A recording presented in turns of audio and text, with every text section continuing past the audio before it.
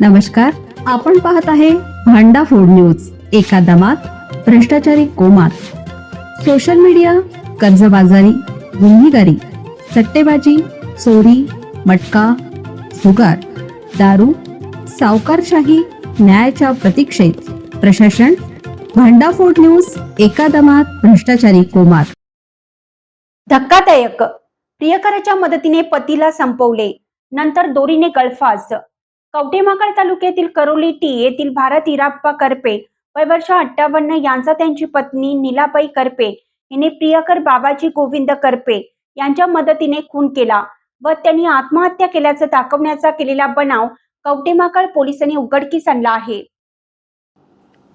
अनैतिक संबंधास अडथळा ठरत असल्यामुळेच पतीचा कायमचा काटा काढण्याचा हा थंड डोक्याने रचलेला कट असल्याचे तपासात उघड झाले आहे.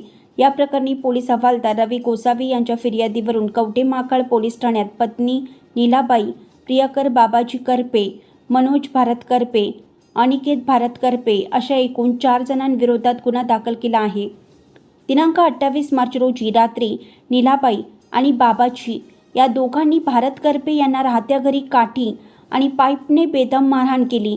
त्यानंतर गळा दाबून त्यांचा खून केला. त्यानंतर हा प्रकार आत्महत्या असल्याचा बनाव दाखवण्यासाठी मृतदेह घराजवळील खिडकीला पाईपने गळफास घेतल्याप्रमाणे लटकवण्यात आला. त्यानंतर संशयितांनी मृतदेह कवठेमहांकाळ उपजिल्हा रुग्णालयात नेऊन डॉक्टरांना दारू पिऊन मृत्यू झाला अशी खोटी माहिती दिली. तसेच पोलिसांना कोणतीही माहिती न देता घाईघाईने अंत्यसंस्कार करून पुरावा नष्ट करण्याचा प्रयत्न करण्यात आला. पोलिसांनी प्राथमिक चौकशीत याबाबत संशय आल्यानंतर तपास अधिक सखोल करण्यात आला आणि अखेर हा खून असल्याचे स्पष्ट झालं. घटनास्थळावरील परिस्थिती, मृतदेहाची स्थिती आणि साक्षीदारांच्या जबाबामधून या गुन्ह्याचे गूढ उलगडत गेले. तपास पोलीस निरीक्षक प्रवीण कुमार कांबळे करत आहेत.